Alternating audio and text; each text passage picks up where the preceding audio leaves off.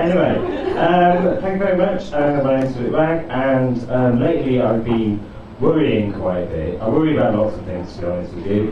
But I've been worrying lately whether I'm good at sex or not, to be honest. Because it's not something you should worry about. You should know instantly whether you're good or not, depending on the other person's reaction. But recently I got a little bit drunk and I pulled a guy. Just to answer that question for you if you were wondering.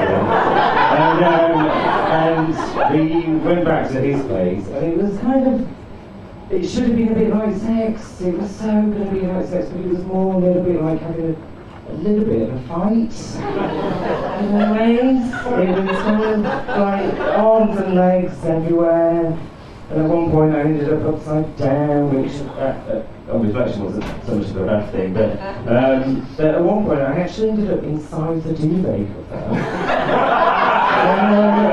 He wasn't there with me at all. By the time I got out, there was footsteps and a swinging door, and he was gone. It was absolutely horrendous.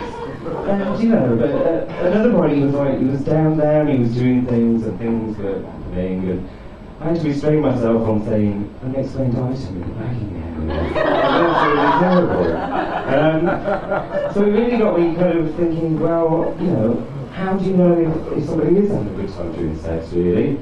You would usually rely on the face, but sometimes you can't always see the person's face in certain situations in bed. And you don't know what their face is doing. I always think maybe their face is doing that face that I draw when I'm at the checkout of the supermarket thinking, have I got everything that I actually came in for in the first place?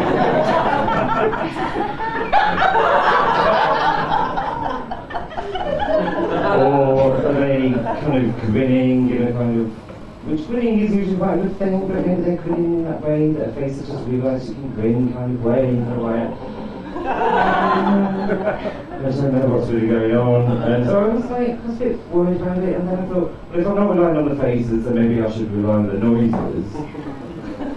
But sometimes during sex, bad noises can really sound like good noises at the same time. So there's a fine line between, oh my god, and oh my god. So I can't rely on that, so I thought, oh my god, okay, right, maybe I am just really, really awkward at this. Maybe I need to spice things up. Maybe I need to go to one of those sex shops I've heard so much about. I did about a million of them. Trying to come across as a little bit innocent. It's not working. But, so I went into Soho, and I went to this sex shop, and I was a bit intimidated. Maybe by the name of the shop, but I thought, I'm going to go in anyway. So I went into weapons of mass destruction. And I was in there, I was like literally in there for like maybe 2-3 hours maximum. But I had to leave, I was escorted out actually, the whole experience, because apparently I'd taken their try before you buy offer, step 2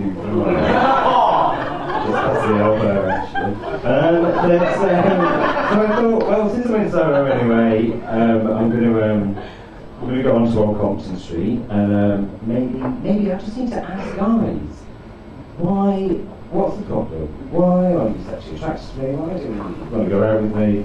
And you know, the problem going on to Old Compton Street for me is that men avoid me on Old Compton Street like I'm wearing a charity tabard and I've got a clipboard in my hand. And so I thought, well, maybe that's what I actually need to do. I'll get a clipboard and do a little bit of a survey and see what the problem is.